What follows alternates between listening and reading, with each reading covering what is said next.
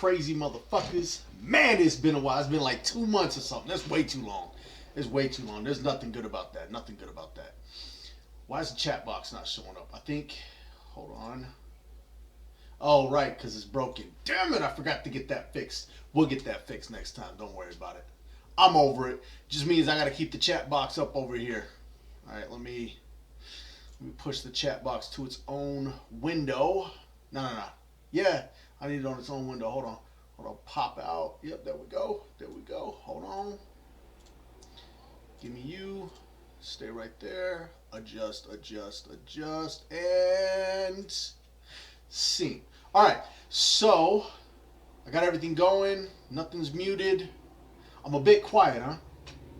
I don't know. Like I can't. Ugh. Steel told me I was good, man. How about now? Can you hear me now? How's that? Mic check. Hold on. Did it go to the mic check? Ah, it's on the wrong mic. Man, it's on the wrong mic. I already set this up. It's supposed to be on the right freaking mic. I'm not putting this headset on. It's on the right mic here. All right, whatever. So this is what we're going to do then. This is going to be a little strange. I don't think you guys are going to see it anyways. So we're just going to set this up like this. I hate this mic. This mic picks up like everything. All right, test. How about that? Can you hear me now?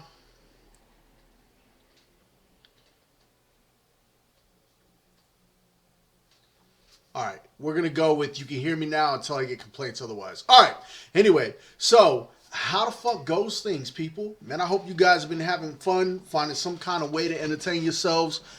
Some of y'all are D&D nerds. Some of you guys are dealing with certain MMOs out there regardless of their condition. I don't even have my lights on. It's been 2 months. I forgot a few things, but we're good. Sticks out a bit, well, you're going to have to deal with that. I can't adjust that mic. There's nothing I can do about that one. Maybe I can turn it down here. I don't know. I can turn it down a little bit here. There you go. That's all you get, Steel. All right? Stop nitpicking, man. I'm just kidding. We'll do a dry run on Monday or something and get everything freaking fine-tuned. All right. What do we got? IR 37 and 38. We're going to kind of go through IR 37 stuff really quick. All right? Because we don't... It's been out for like 2 weeks or something like that. So we got plenty of time going on there. Steel Deal covered IR 36. I'm not going to recap. Thank you, Steel Deal. We will work on presentation skills, but it covered information, which is the primary, right? Doesn't matter outside of that. All right, so IR 37, we had Halflings, Zela, and character creation. Let's start with the Halflings. So Halflings are your typical short race, all right? Big feet, hairy as hell on their feet and their head. I think in their knuckles, their hands maybe. They masturbate a lot. You know what they say about masturbation. If you got hairy knuckles, you masturbate a lot. Who just looked at their knuckles? Caught you slipping.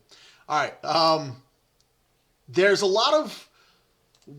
We've got some adjustments to the Halfling overall. Unfortunately, a lot of it's a mystery right now because it's a part of a side main storyline that we don't want to ruin yet, okay? We want to let players experience, and I want players to discover this stuff and then present it their own. But the Halflings are your basic Halfling type, except for they're a little more militaristic than the typical Halfling lore. Dr. Lore does a really good job of getting in here and jumping into...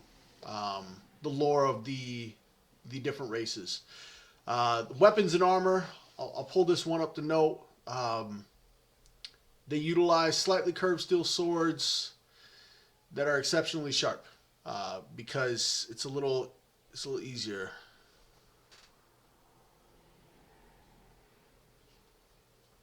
I posted to Facebook. It should have went 650.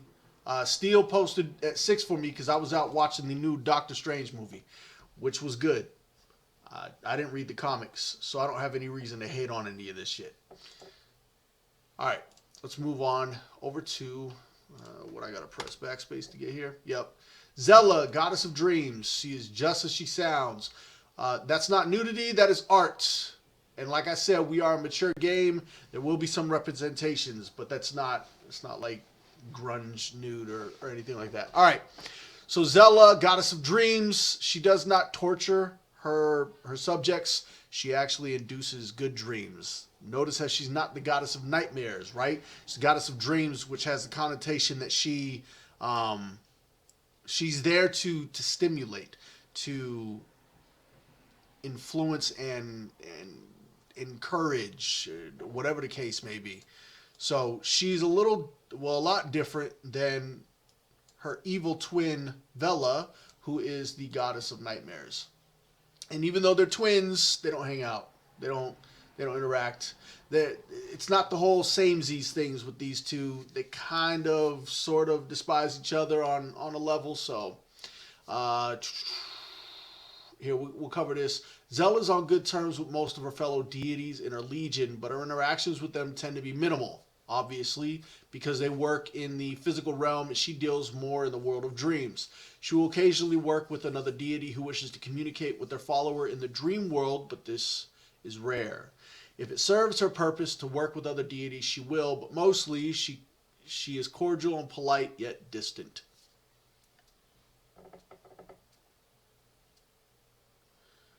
Huh. Hey, Steele, can you check the Facebook page? Oh, never mind. Never mind. Zags is smoking crack again. Again. As if Zags ever stopped smoking crack. And Zela does have an affinity for men. No, she is not a succubus. I know I'm speeding through this a little bit. Again, these three elements. I'll take a little bit more time with character creation. These elements have been up for 2 weeks. So I didn't want to bore you guys with information that's already been out there. Some of you guys have already read it. Some of you guys are here for the first time to get the information, and I apologize.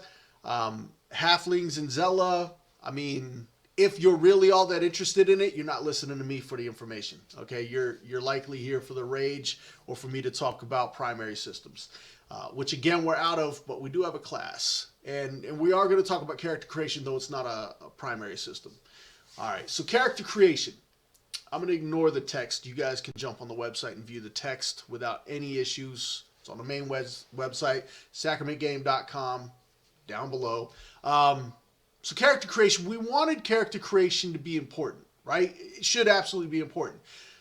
In an MMO, unlike a single player or even a depends on a multiplayer, okay? But unlike the single players, your character, you could spend years playing this character. And I mean years, all right? There are people that have been playing the same 2 or 3 characters in EQ1 since it launched. There are people who've been playing Final Fantasy 14 since it came out.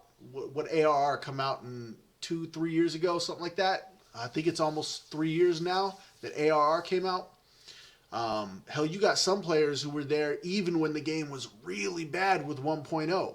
So with the MMO world, your character is important, which is why we want to provide a lot of elements for the character. That said, this will likely be one of those systems that will come out with a lot of elements, but not an overabundance of elements. Okay, this is a secondary system, and we plan on giving players the capability to alter their appearance at any time that they want.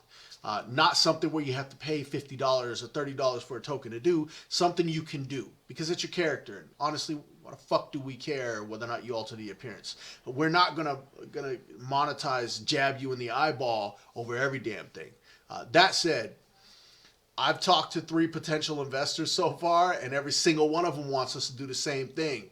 And I just want to say to all future potential investors, we are not monetizing every tiny little fucking part of this game. Get off my fucking dick about it. Don't even bring up the goddamn conversation. It's that simple.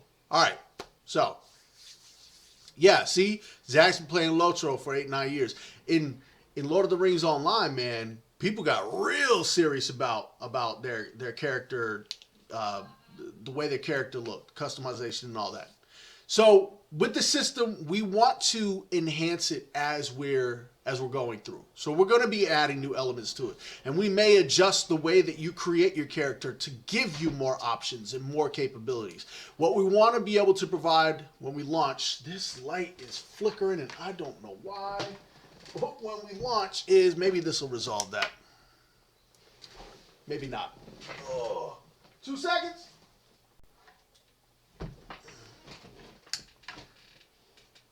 Maybe. We'll see. All right. So what we want to do is provide, I mean, the simplest stuff we can do is provide sliders. We set min-max variable, and you can adjust the slider. If there are specifics that people want to see, those are things that we'll add in. We can create how much extra stuff we can do with character creation is wholly going to depend on how funded we become, what our staff size is going to be near the, about a year and a half out from launch. It doesn't take that much time to update a character creation system. That said, there's a certain dynamic in the game that we want to provide, and that is that NPC models also have sliders. So an orc that you see, or if you walk upon an encampment of hostile orcs, they don't all look the same. We want them to be as dynamic as players are, so that when you're out in the world, it's a little more real. I mean, it's a very small thing. It's a little bit of additional coding, but at the same time, it adds a lot of flavor to the game world, which is important because you're going to be in it for 5, 6, 50 years, hopefully. 50 years.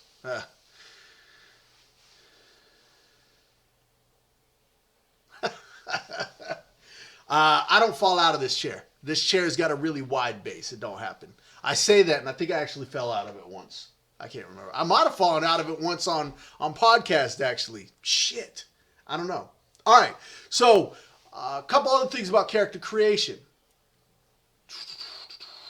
is the naming aspect. All right. When an MMO launches, 2 of the biggest problems players have, okay, is getting the name you want and server queues / lag. You nailed it. Absolutely.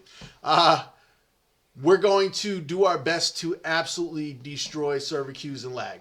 We plan on doing a astronomical amount of testing on everything we could touch, not just this limited low impact testing because we don't want you touching our game, because we don't want you to find out that it's shallow and a piece of shit.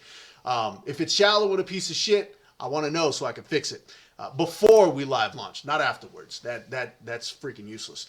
But doing that allows us to gather a ton of data for our servers and for our data centers, and how we manage that data, manipulate the server capacities and capabilities, and all of the information that our programmers are going to need to enhance the servers. All of that's going to happen. We got tons and tons of plans for that. And yes, we've planned 5 years out. Big whoop. What's difficult, something that we can't really address for you, is the naming rights thing. For those that have seen the Patreon, one of the rewards is the ability to purchase your name. Okay, is to save your name. It's a little early, really, for all that, but it's still out there. We also, for those that don't want to buy into a name change, they want to see how the game's going to play first. They want to test it out on the at launch with the first 5 tiers will be free to play or free access, limited access, free to play. They want to play around in that first and see how it feels in a live game setting, and I fully respect that. So they don't want to buy into anything, and I fully understand. I'm somewhat the same way, especially nowadays. I'm a little jaded towards the gaming industry. I mean, I'm playing Final Fantasy 14 right now, but you can see all the downfalls on it. And it's not like they're minor things. They're big things that you figure a AAA studio would have addressed, but they didn't. So I can't, I mean, it's got to the point where I can't wait for the freaking just access to one zone in our damn game, so I can start plotting locations and NPC markers and all of this stuff that players are going to be constantly interacting with, and we can start plotting that and placing stuff in there and start getting that going. So I'll spend more time in that than any active MMO right now. So what I want to do is provide you guys with the character creator process before the game launches. That means that you guys will be able to download a character creator I don't want to call it a simulator because it's not really a simulator, right? It'll be the character creator system that we use. And what'll happen is now you can spend 5 days, 6 days. I mean, there are people that spent 16 hours building a character model when Elder Scrolls Online came out. Okay, I imagine there are gamers that just do that kind of stuff. I talked to somebody who swore to God they spent 3 days working on a character model. By the time they were done, they couldn't get the names, any of the names they wanted. So, and that game had a different naming scheme. So the fact that they couldn't get any of the names they wanted either meant that they're unoriginal and used names that everybody in the mama already knew, or just took too long and millions of people. I mean, the chances of somebody else grabbing your name it's not astronomically impossible. It's probably a little less improbable than that. But so for those that love to sit there on the character creation screen and they want to spend days doing it without having to worry about in the back of their mind, oh crap, I gotta get my name, I gotta, or create a dummy character and take the name and then have this character created and ready to roll, delete that character, wait a minute, and then press the create button in order to get my character name. I mean, there's a lot of backdoor stuff players like to do. So to prevent the necessity for that, our goal is to provide you access to the character creator, I don't know, 2 months ahead of time, with plenty of time for you to start building, start playing with it, start tweaking it, create a load file, and then save it up to a platform. Save it up to our servers. It's got to be data scanned. It's got to be security checked by our guys. We've already been told about the potential for backdoor code that players can slip in to manipulate certain things.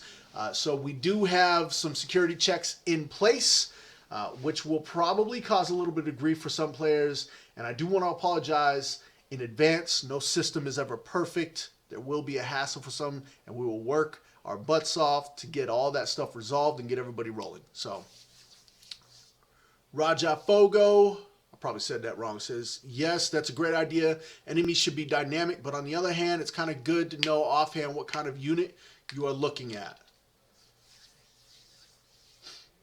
Ha! I'm the same way. He says, honest, I change the hair, choose a big or small body size, and go. I've gotten to the point where I set the hair type and the hair color, and then I'll randomize everything else and I don't even give a shit. Like, what do I care? But I'm playing Final Fantasy 14, right? And I wish my Mikotech had a longer tail. So I guess I care a little bit about the tail as well. I don't know. Zag says, I'm reading this because, man, I'll figure it out. I spent a good 20 minutes on mine, but then again, I'm an RPer who thinks up his characters beforehand, so that creation is faster. Hey, more power to you, man. I can't do it. What's up, Golden? I'm 2 months late. You're good, man. You are golden. We're just talking about character creator stuff right now. We're about to get into the summoners, which I'm excited about. I think that's about it. Yeah. So that's it. Oh, also, for those players who don't trust any of the other systems, we will still have the ability to do name swaps. We are actually planning on offering same account name swaps for free for the first, I mean, it might be forever. I don't really know. It depends on how everything's rolling, whether or not it takes up an exponential amount of time, or if it's something that's real quick that I don't have to hire 30 people to manage the task for. That's really going to be what that one comes down to. I would love as much stuff to be free as possible, to be complete access when you subscribe to the game, because I fully believe in the unlimited access when you pay to play a video game. But there are obviously some things that kind of exist outside of the video game that require a little bit of financial attention, but we'll work on making sure that those are not a burden on anybody. So again, we expect this business to make money because we expect to provide a superior product, not because we expect to put money first. To say that money's not important would be a lie. Obviously, it's important. We're unfunded. This game would be halfway through freaking alpha phase right now if we were fully funded. So, yeah, I got you, Raja. Enemies being dynamic in body size and whatnot. They won't be so different, right? They're not going to be every race has a max height range size, and they're not going to have like massively wildly different hair colors and skin colors and deformations, anything like that. We're not gonna put any crazy stuff in there. We just want to be able to provide a slightly different look from NPC to NPC. I mean, you might come across cross-eyed NPCs, so give some players a little bit of a laugh. So, all right, let's jump over to Summoners then. So this is now the latest IR. This just released Monday, IR 38. But we are really close to being out of IRs to give. I've got to come up with something to start to make sure that we're keeping in touch every other week, because that's a huge reason for the IR, was that we were constantly communicating, having a dialogue with anybody following the game, and we don't want that to change at all. So hopefully the team over at Hammerforge can get me at least one zone so that we can get access into it, and I'll start walking around, show you guys what we're plotting as we're placing NPCs and working on implementing different code. And I mean, I'm excited to get all that stuff going, and I'll do that, 2 times a week or something, just to keep in touch with you guys. So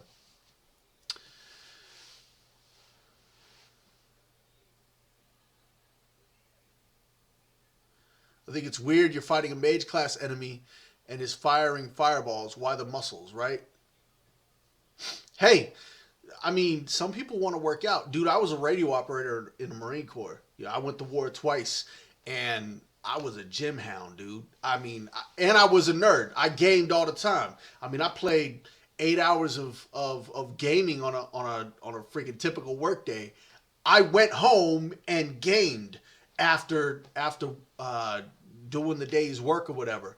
At the same time, I worked out all the time. I didn't really have a reason for any of my muscles either. I was a freaking radio operator.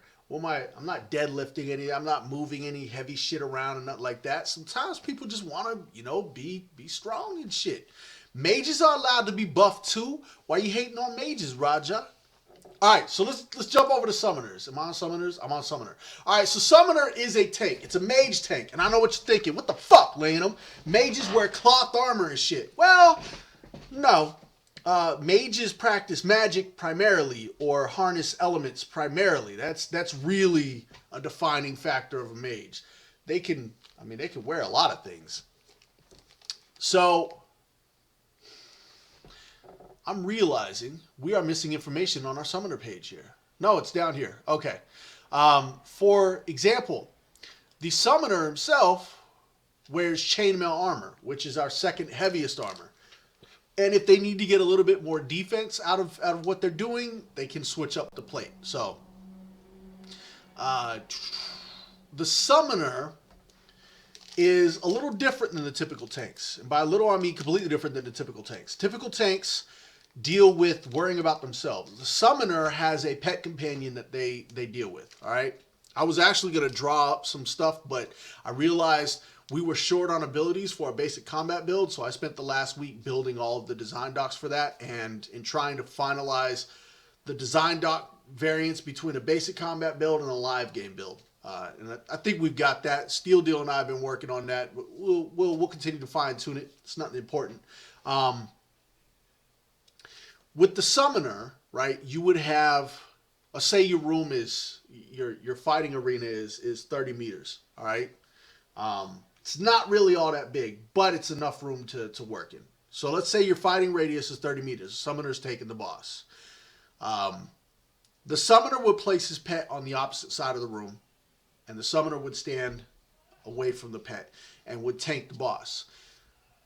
The ideal boss fight type, the damage type for the boss, would be any boss that deals large spurts of damage for 3 to 4 seconds, okay? So what the Summoner would want to do is time out those 3 to 4 second spurts. And that would take a few times fighting the boss to understand what series of attacks are coming, all right? We're not doing lock target attacks. For those of you not familiar with what that is, lock target attack is where a boss or an NPC has decided it's going to do an attack on you threat changes, but that NPC still tracks you down to perform that attack on you. I hate that system. It's a stupid system. It's not realistic at all. If I'm fighting somebody, even if I wanted to throw an uppercut at him, somebody else pissed me off even more, I would turn around and beat that dude's ass. Okay? It's really just that simple. Nobody here can say that they would. If you found somebody else to be more of a threat, you would change your target and go deal with that. You wouldn't say, "Oh, hold on a second. Don't do anything. I'm gonna hit. I just want to punch him in the arm real quick, and then I'll get to you. Hold on. I'll get to you in a second." That shit don't happen, okay? Our NPCs are people too. It's not going to happen with us. So we're not doing lock attacks. Threat is threat. When threat is obtained by an individual, all attacks from that point on are aimed at that individual. Primary attacks. So what the summoner does is the summoner is going to swap threat with the pet. But they need that distance, right? For that 3 to 4 seconds where that boss would be doing an enraged flurry or something like that. The summoner would see the queue coming up, swap threat. The boss at that point in time would begin that series of attacks, but by the time it got to the pet, in that time that those attacks would have happened, now the attacks have all, he's too far away from the target to perform those attacks. Okay? Think of it like old school wipe damage. For those of you not familiar with old EQ games, EQ1, EQ2, I think maybe not Final Fantasy 11. Yeah, that's what. I locked the door because my wife loves to come in here all the damn time. Stop it!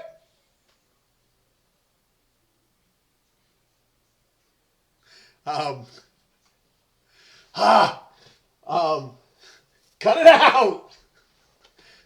God. I'm married to a child, I say. With white noise, what would happen is if you started attacking something and you were too far away, you lost those attacks. It didn't save those attacks until you got in range. You lost those attacks. It would tell you that you're too far away from your target. So we're working with something along those lines. Okay, that flurry began, and now that enemy is come out of that flurry stance. And by the time he's done that, most of the damage, in some cases not all, but most of the damage would have been mitigated by simply not happening to anybody. So that would be the ideal fight scenario for the where the summoner tank would thrive over the other tank types. It'll be a little complex to deal with at first until people get used to it, and then you'll start seeing people working the summoner really well. Now, the summoner will have weaknesses. It's not as nimble as the avoidance tanks, so it can't avoid the really big hits. And for boss types that do really big hits, like one really big hit, that'll happen like every 3 seconds. So the constant swapping wouldn't be viable. You would wind up losing threat over that process because players are still going to be doing damage and healing other players, and there's other threat happening. And if that boss isn't standing in front of you, then you can't mitigate. You can't do what you need to do in order to generate threat. So you're not going to see a viable swap tank scenario or summoner tank scenario where the boss is standing between two targets just going back and forth like this. And that won't happen. A summoner will never have threat on that boss. So that's something we have highly considered because the time to travel, obviously, there's a lot you can do there. There will be distances on the abilities. As you can see on the screen, the non-momentum ability trade-off is the swap that we're talking about. So this is the swap threat ability, trades threat between the summoner and its spectral guard, which is its pet right here. It's tank pet. Tank pet has the same exact armor, mitigation values, everything is a summoner, which will be scaled down just a little from other tanks because there are two of them. We don't want them just being massively OP, and anytime you've got a frontal cone mechanic where the damage has to be split, they're just the obvious choice. We don't want to see any of that stuff. So we have considered all of these negative methods at which you would kind of exploit the game, because that's how we'd exploit the game. Quite honestly, if somebody built that and had not considered those things, we would exploit the shit out of it. And how the hell could you not? You know what I'm saying? Like, if you built the mechanics as a developer and did not understand your game, all developers over the last 10 years, you open yourself up to players utilizing the game the way that they see it. They don't really care how you see it. So we're doing our best not to be blind like that. That said, there's always going to be smarter gamers out there. So we're hoping we can have a level of integrity during all of our alpha and beta testing that these other things come up, not just for the summoner, but for all elements, not just tanking or roles specifically, but for everything.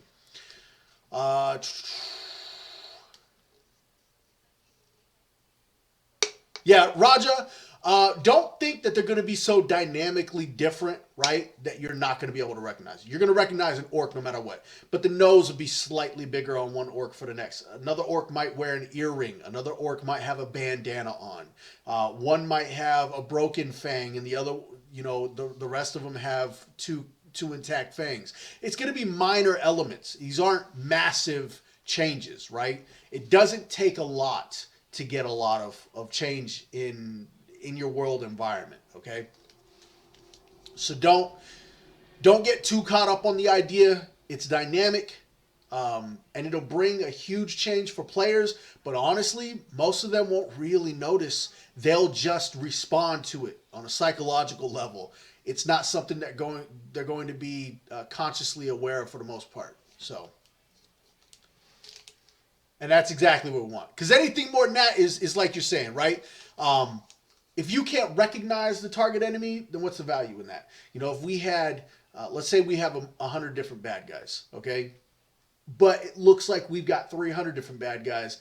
What kind of a game are we really building here? Like, is this Confusion 101? You shouldn't have to get right on top of the bad guy to know what it is. You should be able to recognize it from a ways away. Just like in today's world, right? You recognize a whale when you see one. You don't have to see the eyes or the details in it. You know what a whale looks like. A dog is fairly easy to recognize. Human beings, everything has standardized defining traits. All we're talking about adjusting are the minor ones that make us individuals from a whole species. So, Zags says, not disagreeing with you. Not sure what he's talking about. Might not even be talking to me. Just wanted to add that not every person who practiced the same thing or even in the same factions ever wear the same things. Oh, I think he's talking about the same thing then. Or he's talking about mages still. He's talking about what I was talking about. Sometimes, different people want to work out and shit. All right. What else we got? I think the rest is... Oh, so your basic target command or pet command system right here. I'm not going to go through this. I'm going to let you guys read the enhanced commands. Note a few things about these enhanced commands, okay? All of this is design document stuff, okay? These are things that we have put in design documents for coders to build. These are the starting elements. So what that means is these things may very well change because we found that they simply don't work or they were broken. We've got a very, very intelligent crew, very creative crew. I mean, I don't know if you've seen our website yet, but there's a lot of fucking talent, a lot of intelligence and creativity on there, all right? I could dare say this level of creativity ain't been seen in an MMO landscape or really any video game landscape ever, almost. I mean, there's probably one or two games out there, but I'd challenge that shit in a heartbeat. We've problem solved a lot of things before we even presented it to you. So that said, I'm very, very confident that we can find solutions that make things like this work. But we might have to make minor adjustments. Nothing that would change an overall system, but minor things that might not show up in the game the way that we put it here. Now, I'm not talking about something like a video game proclaiming that they'll have a system in, and then all of a sudden the system doesn't go because they can't figure out how to actually build the system. That's not going to be the problem. So.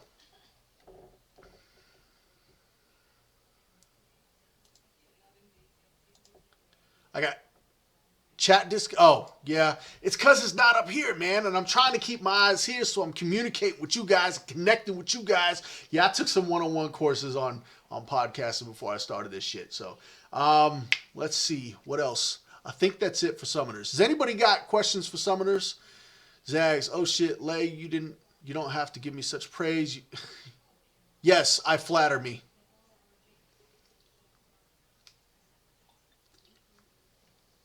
It's not even a boast that I really have to make. You can look at our website and verify all that for yourself. And honestly, that's about half of the information we have on the wholly creative side. So we've built and organized all of our data ourselves. I don't think we've taken any systems directly from another game and just said, fuck it, we'll use that. So summoner class. So when I was playing Rift, right before I left, they were talking about the mages having a pet that it could tank. I have no idea how it actually works. I didn't stick around because it went free to play, and I just can't do free to play. No matter how many times I try, I just can't do free to play. Free to play games are far too simple, far too easy, and it's bad enough that the MMO landscape is riddled with pay to play games that are all single player pieces of shit, or they have group content in them, but the group content is shallow as fuck because they use the Holy Trinity. That's really the evil Trinity. So when Rift changed over, everything like it took less to kill a dungeon boss and clear a dungeon. DPS numbers scaled exponentially. Mobs lost HP and damage values.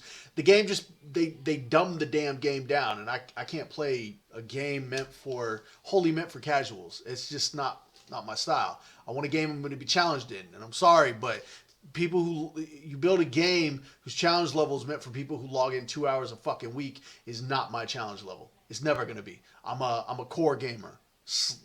Borderline hardcore, but I don't think I'm really good enough to be hardcore.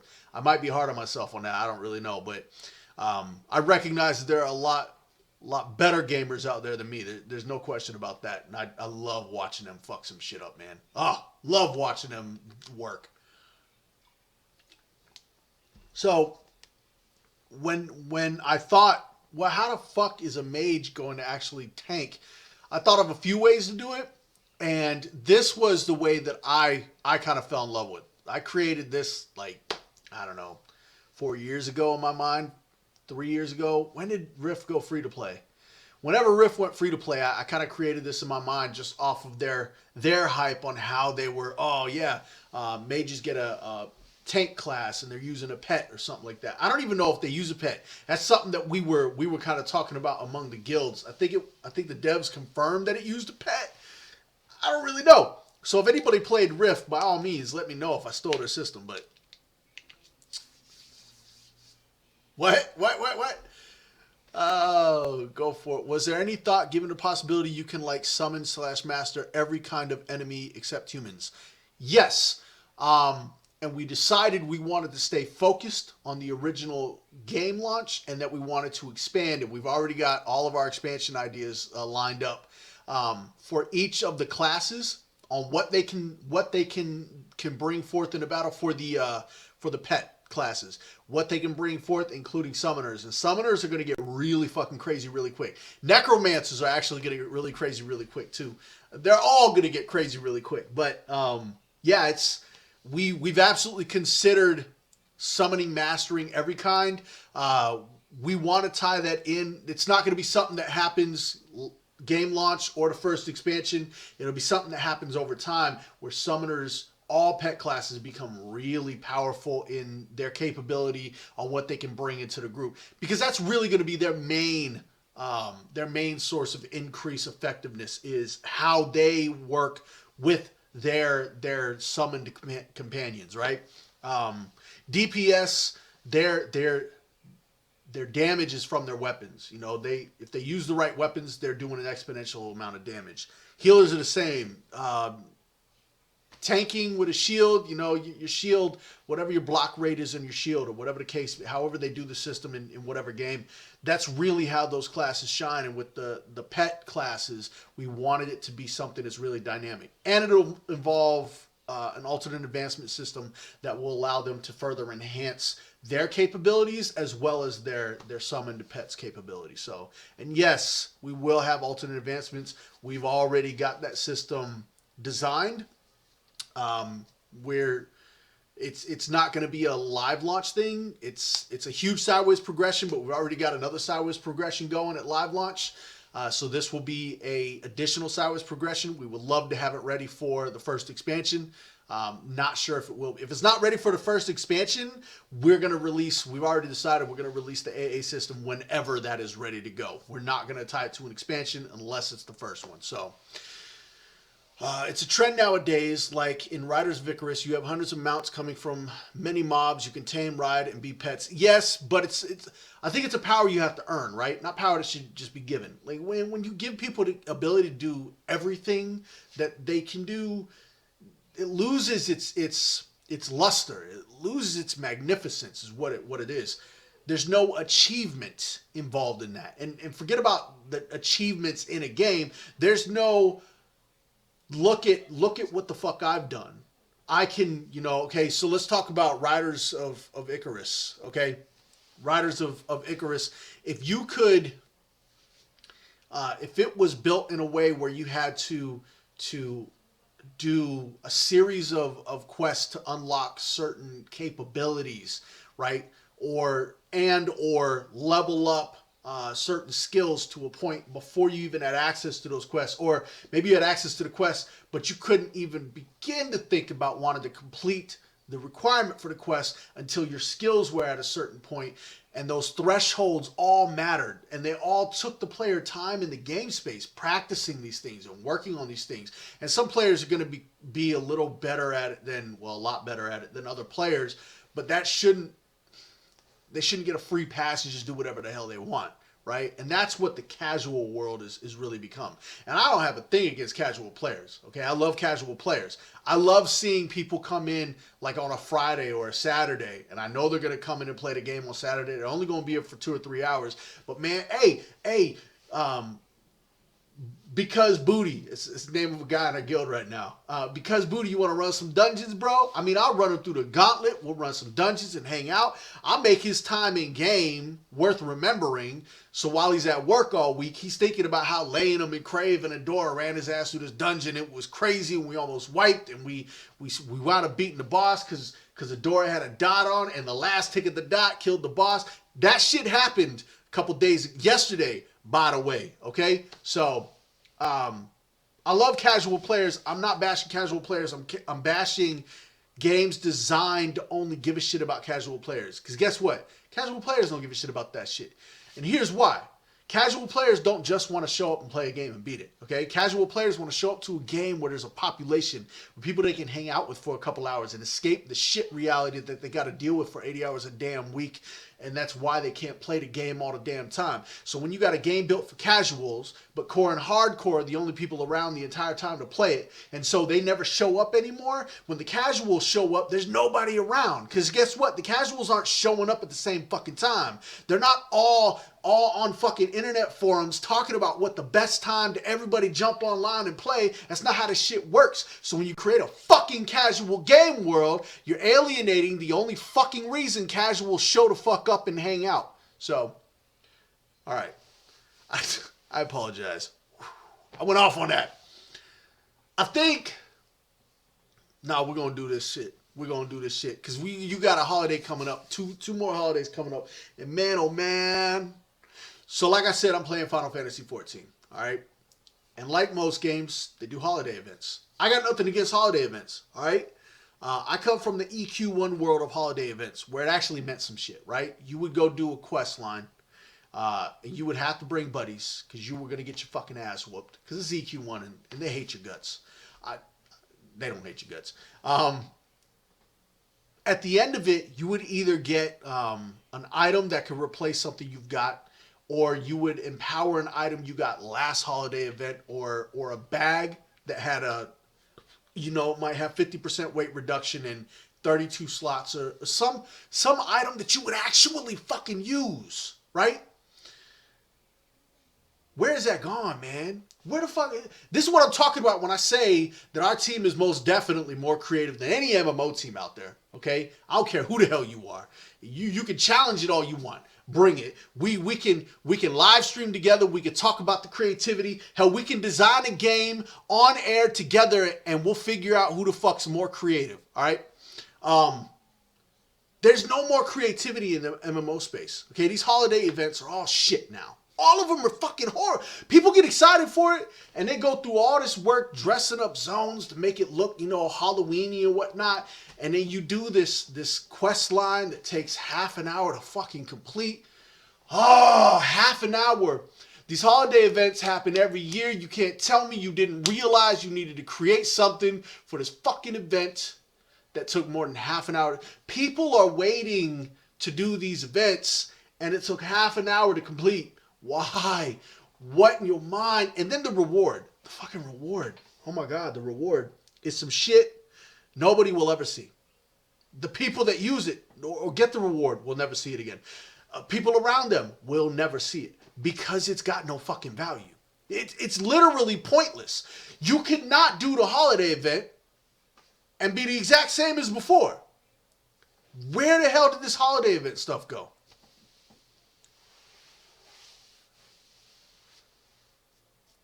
Why don't we ever play? I don't know. What do you play, Zag? Shit. You know what I'm playing right now. Although I won't be playing it for long because our game about to be ready for me to jump into. So,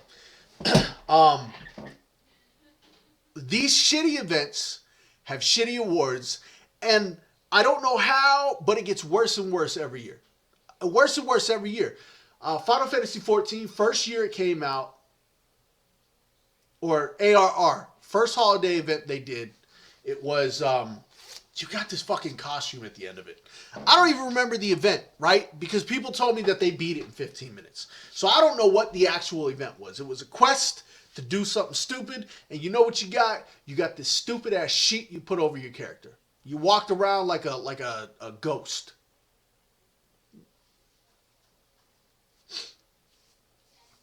Okay. So that's not anything that actually does anything for my character, right? You haven't expanded my inventory space, which in Final Fantasy XIV, yo, SE, pull your fucking heads out your ass. Inventory space management is not a fucking mini game. Your inventory space management is shit. I pay $12 a month to play your fucking game, and I gotta pay another $2 for more fucking bank space. Fuck off. I love it though because you're the exact reason why our game is going to dominate this fucking industry. So I appreciate you on that. Anyway, why can't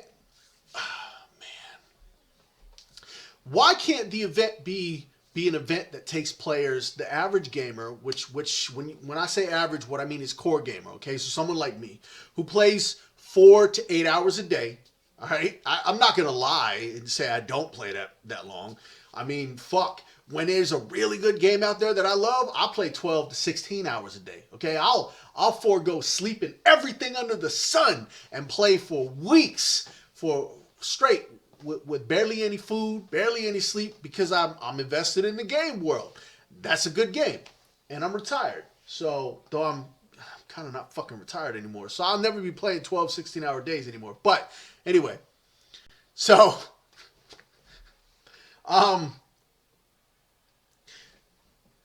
when I perform these events, right? I mean, it's Halloween.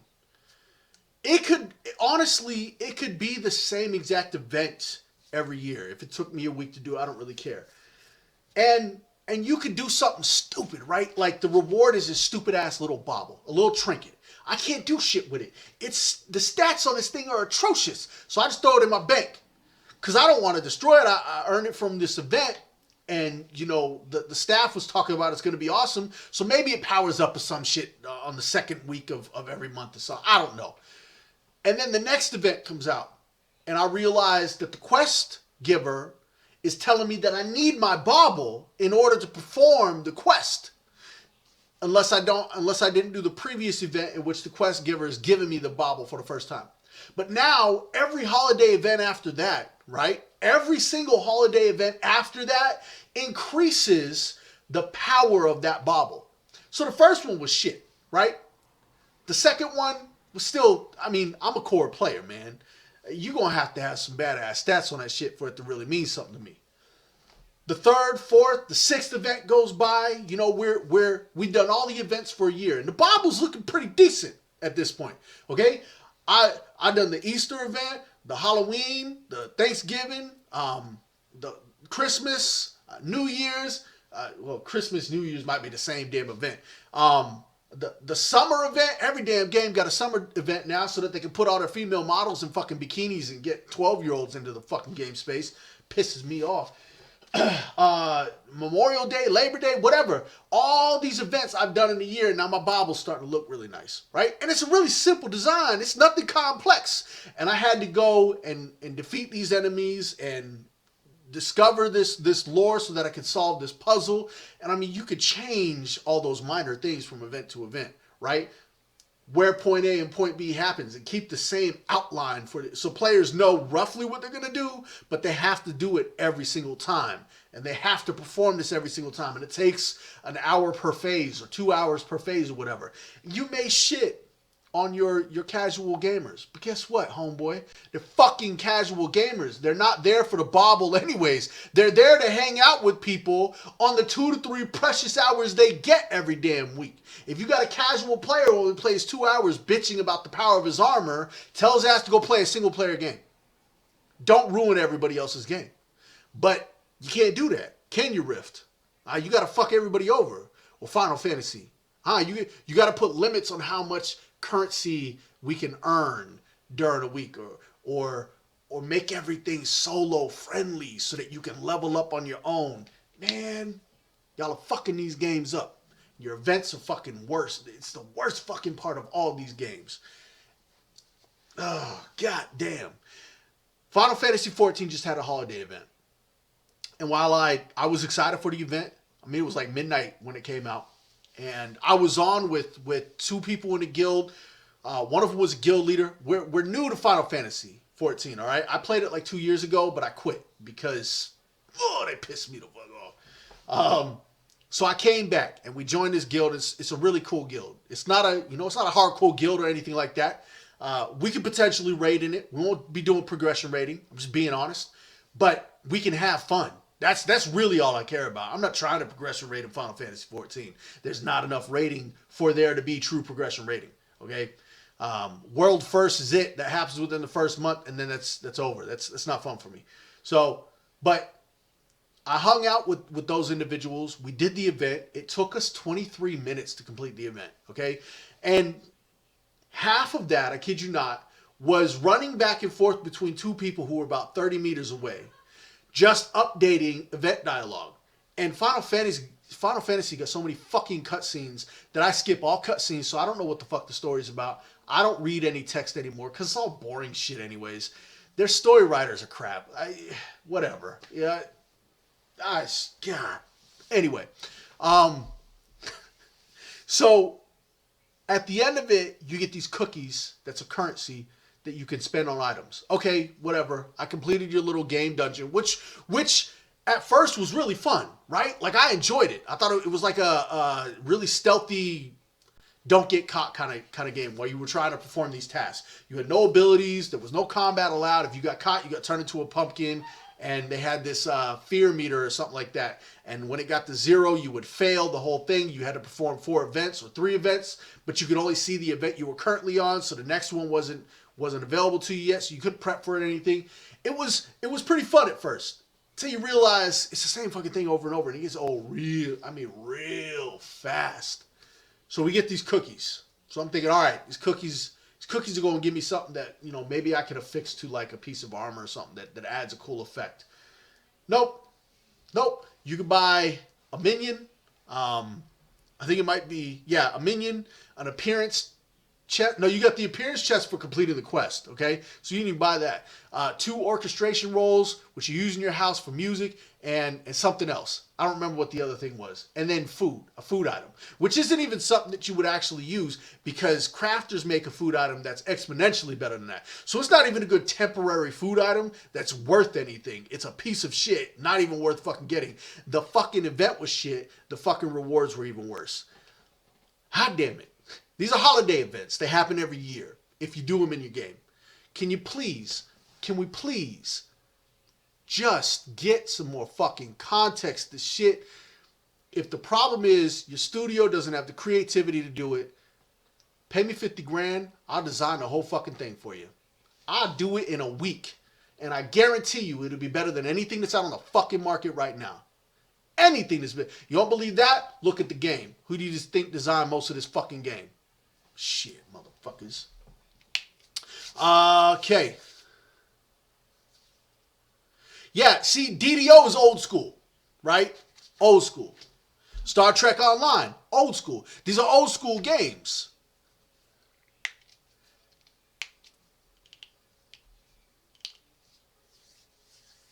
So Zagaros says, Dungeons & Dragons Online, it's a pretty decent holiday events. Decent being the key word there. Filled with items with upgrade tiers, unlimited enchantments, etc. See, that's not bad. Like, powering up passives or powering up something players already have. You know, these are simple things. Giving them inventory space. Doing a holiday event to provide, you know, temporary boosts or something. I mean, there's a lot of things you can do with these events. They already most of them already exist. It's not like you have to be original and create them all from scratch. Go look at our older game. Go look at a game that was made between 15 or 13 and 15 years ago, or 12 and 15 years ago, and get some ideas from that. Shit. Star Trek Online gives away 3 top-tier ships every year. That's pretty cool. Anniversary, summer, and winter events. Rest of event rewards are bull, like casual, curious, weps, or gear and currency. And what, the 3 top-tier ships, that's only to certain people? Or is that like they give away only 3 ships and 3 different people get those ships?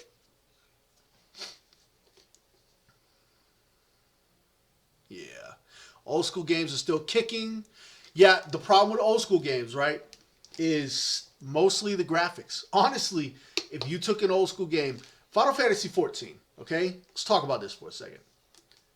EQ Next falls in the same vein. And for those that were following EQ Next before they shut it down, you know what I'm talking about. Final Fantasy XIV. Here's all Final Fantasy XIV had to do. You ready for this? Upgrade Final Fantasy XI's graphics, add raids. You had a game. I'm not kidding. Millions of people would have played that damn game. Everybody currently playing Final Fantasy XIV would have quit Final Fantasy XIV and went over or 11 and would be playing Final Fantasy XIV right now, even though it's just 11 with a reskin. That's how good Final Fantasy XI was. When they built Final Fantasy XIV, and I understand Yoshi P now, he's working with a system that was already created. And I'm not on Yoshi P for that, okay? He's done decent things with that. But Yoshi P understands. He's not stupid, okay? I've heard the man talk. I've heard his translations, and even with the rough, sketchy, Japanese to English translations, you can tell the man knows what he's talking about. You can tell the man is intelligent as fuck.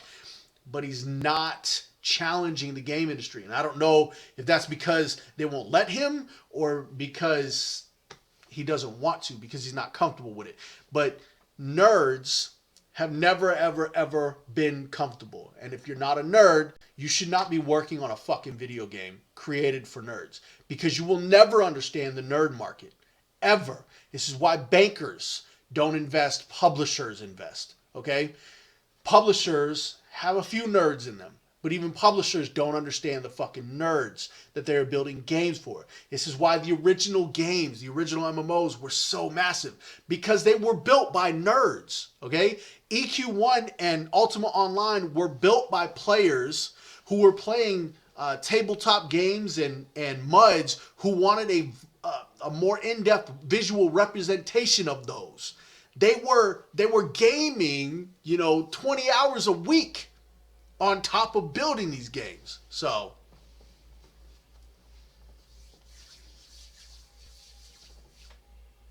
later, still. All right, I'm gonna end my rant here because I'm gonna start cussing people out on accident more. I'm just checking my notes real quick to make sure I didn't miss anything. Zags is sending me private messages. They're all dick pics. Stop it!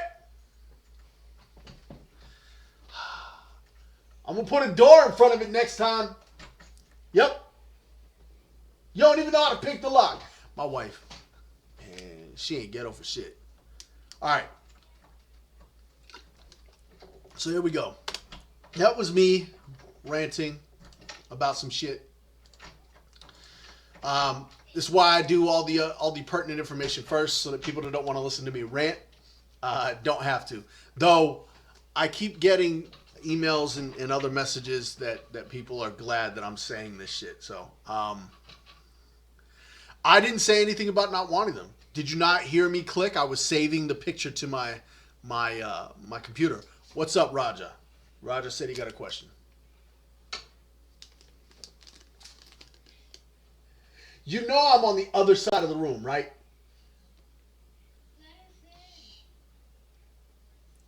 Motherfucker, you missed the whole podcast. What do you need in for? Nasus wants in. Nasus can go fuck himself. His food's in there. Hey, what got me into game was when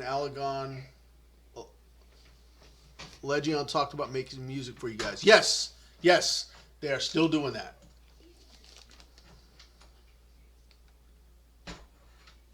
They are definitely still creating music for us. So they're working on some tracks right now. The thing is, right now we don't have much in the way of a need for music. Two of the tracks that are on the countdown, if you show up 10 minutes before the podcast goes, 10 minutes before the podcast goes, you can hear the music, and there's 3 tracks to go on there, and 2 of those tracks are from Allegion. Allegion? I've only ever heard it pronounced by Rick, so I'm just pronouncing it how he pronounced it. If I fucked it up, I apologize, Greg. All right. Yeah, so let's call that a thing. I missed you guys a lot. I had a huge PTSD spike. I mean, that shit was like 3 months long. You can probably tell by the last 2 podcasts I did that I was a little down and not quite my extra spunky self. It hit really hard, and I'm finally coming out of it. So I'm really excited about that because fuck, I hate PTSD, man. Huh. Jayon.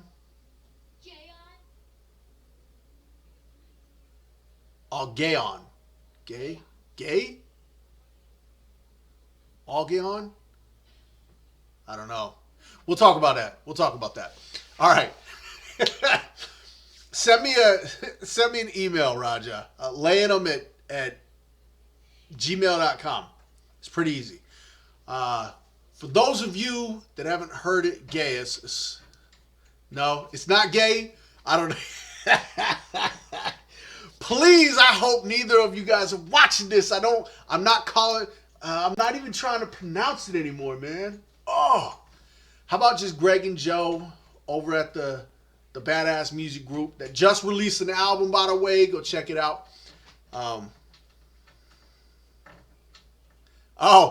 You trying to set me up? Oh, shit. I'm telling Greg. Oh, I'm going to put him on you. I'm putting him on you, man. I'm not getting set up. I'm throwing your ass under the bus. All right. So we've got, I don't have my shit here.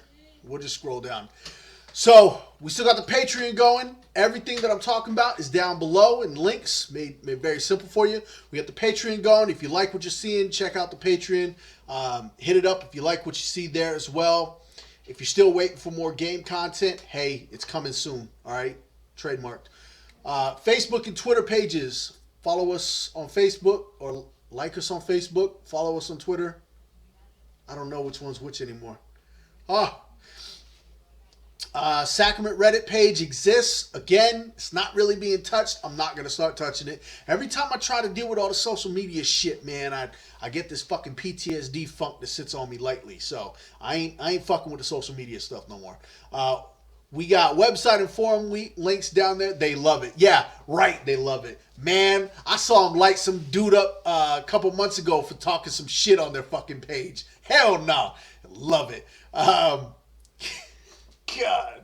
So the website links down there. We got a newsletter. The newsletters I do send out when I'm not having PTSD issues, which those who are subscribed to it know that, as well as the forum link. You do have to sign up for the forums.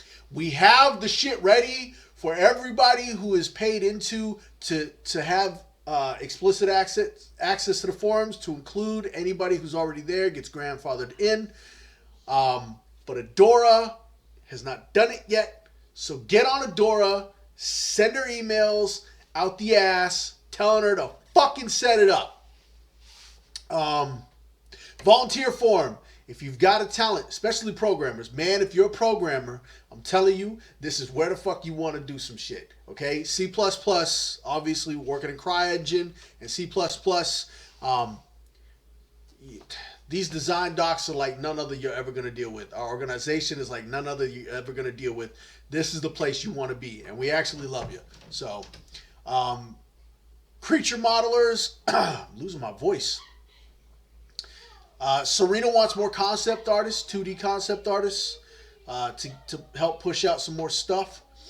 So, and animators. Animators are huge. That's really what we need the most right now. But if you've got a talent and want to volunteer some time, we do profit share options. So, well, depending on what role we're coming into here. But we do sign agreements to talk about bonuses and salaries when we become funded. So you don't just get left in the dirt when we become capable. So, yeah, forums, Golden. You know we had a forums, even though I talk about it every podcast. See, that's what I'm talking about. I rant and people just space the fuck out. And then the Sacrament Roundup happens every other Friday. Not the Friday that I do this. The Fridays that I don't do podcasts. So last Friday they released one. I think they released it Saturday. It was a couple hours late. But they were dealing with some problems that they were having with the video. So, hey, as long as they release good content, I'm good with it. So, the Sacrament Roundup does what I do here, but in a much shorter fashion, and talks about anything extra that's going on during the week of Sacrament, or last 2 weeks of Sacrament, I should say. All right, so I see no more questions. But yeah. That's all I got. I missed you guys. I really did. I hope you missed me. We're kicking ass. Even though I was in that PTSD funk and wasn't here, I was still working on this shit. We still got the contract rolling, and they had some hardware issues, but that's been resolved. So we're rolling on all cylinders as far as that goes, and we're excited to get started. We've already got phase 1 QC going down. I mean, we are ready to fucking roll on this whole damn project. So, get it going. All right. You motherfuckers stay sexy.